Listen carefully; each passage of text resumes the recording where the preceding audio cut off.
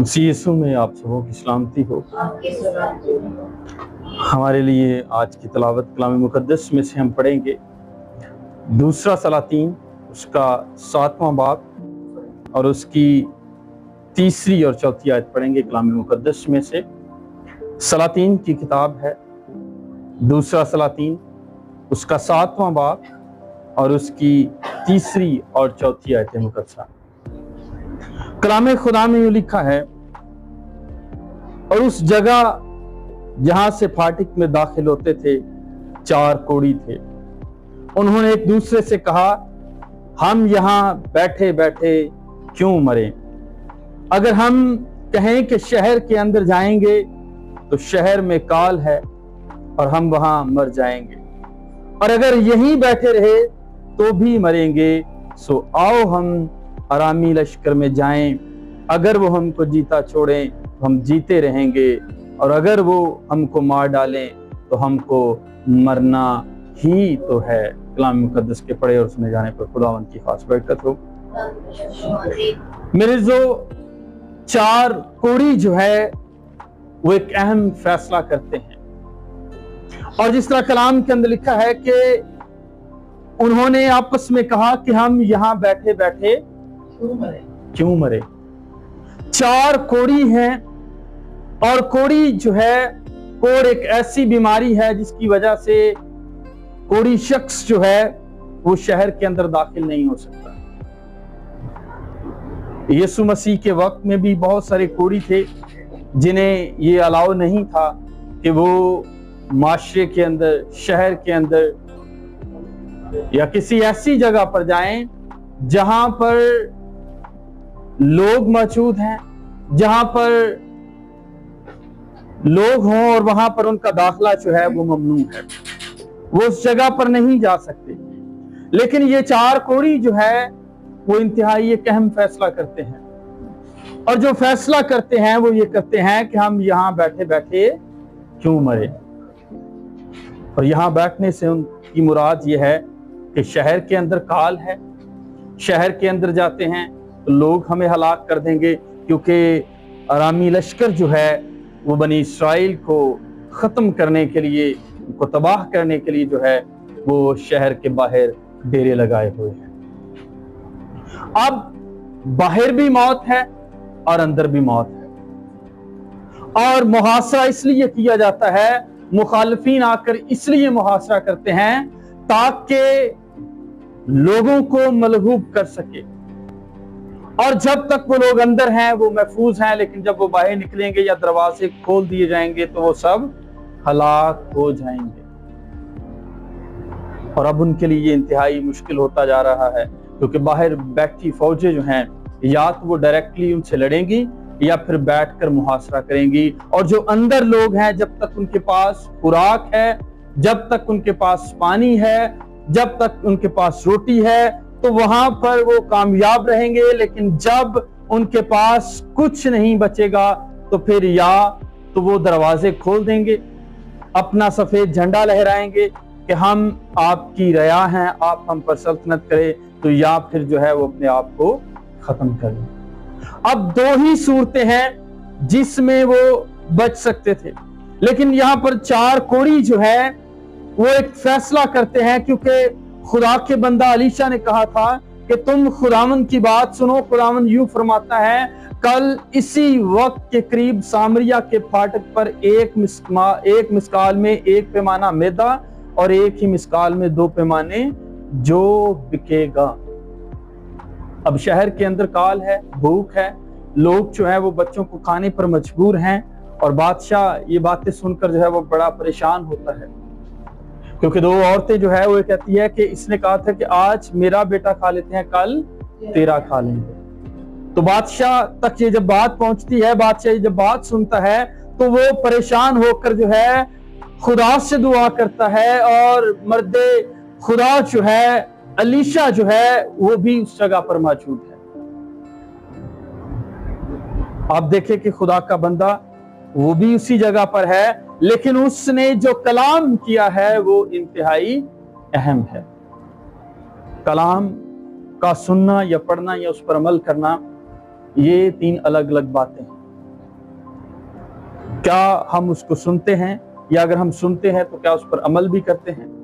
اور دیکھیں کہ ان کے بیچ میں ایک ایسا شخص ہے، تب اس سردار نے جس کے ہاتھ پر بادشاہ تکیہ کرتا تھا مرد خدا کو جواب دیا، دیکھ اگر خداوند آسمان میں کھڑکیاں بھی لگا دے تو بھی کیا یہ بات ہو سکتی ہے؟ کلام پہ عمل نہیں کر رہا، اس کے دل میں نہ ڈر ہے نہ خوف ہے، خدا کا خوف نہیں ہے۔ انسان کا خوف ہو سکتا ہے، انسان کا ڈر یا انسان کی قدر ہو سکتی ہے، لیکن اس میں خدا کا خوف نہیں ہے۔ اور اسی لیے تو وہ کہتا ہے کہ اگر خدا آسمان میں کھڑکیاں بھی لگا دے تو بھی خوراک نہیں ملے گی، تو بھی 1 پیمانہ میدا اور 1 ہی مسکال میں 2 پیمانے جو نہیں بکے گا۔ اب دیکھیں کہ اس قدر جو ہے اس نے یہ بات کی ہے اس سردار نے کہ ایسا کچھ ممکن نہیں ہو سکتا۔ بعض دفعہ ایسا ہوتا ہے کہ ہم خدا کے کلام کو سنتے ہیں لیکن اس پر عمل نہیں کر پاتے، یا اگر ہم اس کو سن لیتے ہیں تو اس پر یقین نہیں رکھتے کہ جو کلام میں نے سنا ہے وہ میری زندگی کے اندر ویسے ہی اثر رکھے گا۔ اور جب کبھی مشکل وقت آتا ہے تو تب پتہ چلتا ہے کہ ہم کتنا اس پہ کار پابند ہیں، ہم کتنا اس پر عمل کرتے ہیں۔ اگر ہم اس پر عمل نہیں کرتے، اگر ہم اس کی بات کو نہیں سنتے تو پھر ہمارے لیے مشکل ہوتا ہے۔ اور خدا ہمیشہ مشکل وقت میں کام کرتا ہے۔ خدا کب کام کرتا ہے؟ مشکل وقت میں کام کرتا ہے۔ بیٹھ جائیں آپ سب بیٹھ جائیں۔ خدا جو ہے مشکل وقت کے اندر کام کرتا ہے۔ جب حالات اور واقعات ہمارے خلاف ہوتے ہیں خدا تب کام کرتا ہے۔ شاید ہم اس کا یقین کریں، شاید ہم اس کلام پر عمل کریں، یا اس کلام کو رد کر دیں، یا اس سردار کی طرح کہیں کہ خدا اگر آسمان میں کھڑکیاں بھی لگائے تو بھی یہ بات ممکن نہیں ہے۔ لیکن یاد رکھیں کہ خدا کا کلام جو ہماری زندگیوں میں کام کرتا ہے، خدا کے لوگ جو واقعتاً اس کی طرف سے بلائے گئے ہیں، خدا ان کی بات کو ضرور پورا کرتا ہے۔ آمین۔ اور پھر دیکھیں کہ بادشاہ جو ہے جب اس بات سے پریشان ہوتا ہے اور سردار نے اس بات کا اعلان کیا تو اس نے کہا، یعنی الیشا نے کہا کہ تو اسے اپنی آنکھوں سے دیکھے گا پر اس میں سے کھانے۔ جب اس نے خدا کے کلام پر عمل ہی نہیں کیا، اس نے خدا کی بات کا بھروسہ ہی نہیں کیا۔ جب ہم کسی پر دعا کریں یا کوئی دعا کروائے کہ میں شفا پاؤں گا تو پہلے اس کا اپنا ایمان ہونا چاہیے کہ جب میں دعا کرواؤں گا یا کرواؤں گی تو خدا یقیناً مجھے شفا دے گا۔ تو جب تک ہم ایمان نہیں رکھیں گے، دعا کروانے والے ایمان نہیں رکھیں گے، تب تک خدا کیسے کام کر سکتا ہے؟ اور پھر دیکھیں کہ جب الیشا نے اس سے کہا کہ اس جگہ پر جہاں پر 4 کوڑی تھے، اب 4 کوڑی جو ہے وہ یہ مشورہ کرتے ہیں، 4 کوڑی جو ہیں وہ بیٹھ کر، کیونکہ کلام کے اندر لکھا ہے کہ صلاح کاروں کی مشورت جو ہے اس میں سلامتی ہے۔ جب 4 لوگ بیٹھ کر کسی بات پر کسی نتیجے پر پہنچتے ہیں تو خدا ضرور ان کی رہنمائی کرتا ہے۔ آمین۔ اور ہو سکتا ہے کہ وہ 4 کوڑی جو ہے وہاں پر بیٹھ کر اس بات کو سوچ رہے ہوں، کیونکہ وہ یہ سوچتے ہوں گے کہ ہمارے جو عزیز ہیں وہ شہر کے اندر ہیں، اب ہمارا یہاں پر کوئی نہیں ہے، اب ان کا توکل صرف خدا پر ہے، کیونکہ اکثر جو ہے شہر کے اندر سے لوگ انہیں خوراک دیتے تھے۔ جو کوڑی شخص ہیں ان پر کوئی رحم یا ترس کھا کر دور سے کھانا رکھ دیتا تاکہ وہ خوراک کھا کر اپنا پیٹ بھر لیں، کیونکہ ان کے پاس تو کوئی جا نہیں سکتا، وہ کسی کے پاس آ نہیں سکتے۔ لیکن اب جب انہوں نے بیٹھ کر مشورہ کیا ہے کہ ہم یہاں بیٹھے بیٹھے کیوں مریں، ہمیں یہاں بیٹھنے سے کیا فائدہ، اگر ہم کہیں کہ شہر کے اندر جائیں گے تو وہاں پر کیا ہے؟ کال ہے، اور اگر ہم وہاں پر جائیں گے تو اگر یہاں بیٹھے رہیں گے تو بھی مریں گے۔ تو اب ایماندار کو کیا کرنا چاہیے؟ کیا وہ بیٹھے بیٹھے پریشان ہوتا رہے کہ اب میں کیا کروں، اب میں کیا کروں، یا کل میں دعا کروں گا، پرسوں میں دعا کروں گا، یا کل شام سے میں دعا کرنا شروع کر دوں گا، یا میں کل خدا کا کلام پڑھوں گا، یا ابھی میں نہا کر کلام پڑھوں گا؟ پھر وہ ٹائم ہی نہیں بچتا اس کے پاس، پھر سوچتا ہے کہ ابھی میں پڑھتا ہوں، اور پھر باہر سے کوئی آواز آ جاتی ہے اور وہ باہر نکل جاتا ہے۔ وہ سوچتا ہے آج میں چرچ جاؤں گا، فرائیڈے کو جاؤں گا، سنڈے کو جاؤں گا، لیکن پھر کوئی ایسا کام آتا ہے کہ وہ وہاں پر نہیں جا پاتا۔ تو جب تک ہم زمین پر ہیں ہمیں کیا کرنا چاہیے؟ کوڑی جو ہے وہ اس بات میں بڑے سمجھدار نکلے، انہوں نے کہا کہ ہم کیوں بیٹھے رہے اور کیوں ہم ہلاک ہوں۔ اور آج ایماندار اپنی ہمیشہ کی زندگی کے لیے وہ ایسا نہیں سوچتا کہ اگر میں یہاں پر رہوں گا تو میں مروں گا، اور اگر میں یہاں سے آسمان کی طرف جاؤں اور اگر خدا زندگی میں نہ ہو تو بھی میں ہمیشہ کی آگ میں چلا جاؤں گا۔ بھلے اسے احساس ہو، پتا ہو، لیکن تو بھی وہ اس بات پر عمل نہیں کرتا۔ لیکن چار کوڑی جو ہے وہ یہ سوچتے ہیں کہ یہاں بیٹھے رہیں گے تو بھی مریں گے، سو آؤ ہم آرامی لشکر میں جائیں۔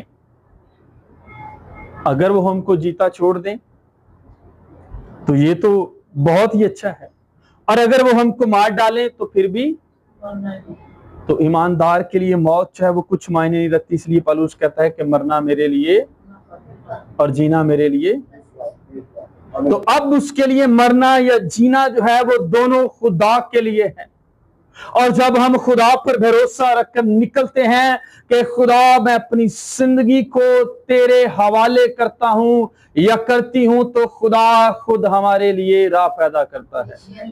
اور مشکل وقت میں جب ہم بالکل مایوس ہو جاتے ہیں، خدا اس وقت اپنا ہاتھ بڑھاتا ہے۔ قوم بنی اسرائیل جو ہے وہ مشکل کے اندر ہے، اب سامنے جو ہے پانی ہے اور پیچھے فرعون ہے، آگے بھی موت پیچھے بھی موت۔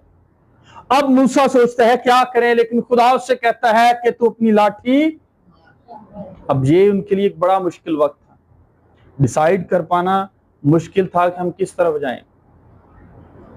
یہ ڈو اور ڈائی والا جو ہے معاملہ ہے، لیکن اس کے باوجود جب خدا نے کہا کہ تو اپنی لاٹھی پانی پر مار، اور جیسے ہی موسیٰ لاٹھی پانی پر مارتا ہے تو پانی کیا ہو جاتا ہے؟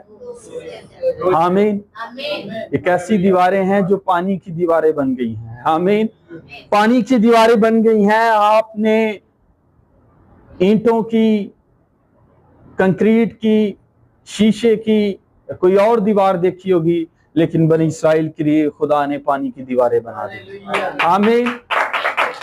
جب اس کے لوگ اس پر بھروسہ رکھتے ہیں تو تب خدا مایوسی کے اندر کام کرتا ہے۔ جب بالکل مشکل وقت ہو جاتا ہے، ہم شکستہ دل ہو جاتے ہیں، تو آپ کو ہمت ہارنے کی ضرورت نہیں، کیونکہ آپ کا خدا آپ کی دعاؤں کا جواب دینے کی قدرت رکھتا ہے، آمین۔ کیونکہ وہ صحیح وقت پر جو ہے وہ ہماری دعاؤں کو سنتا اور جواب دیتا ہے۔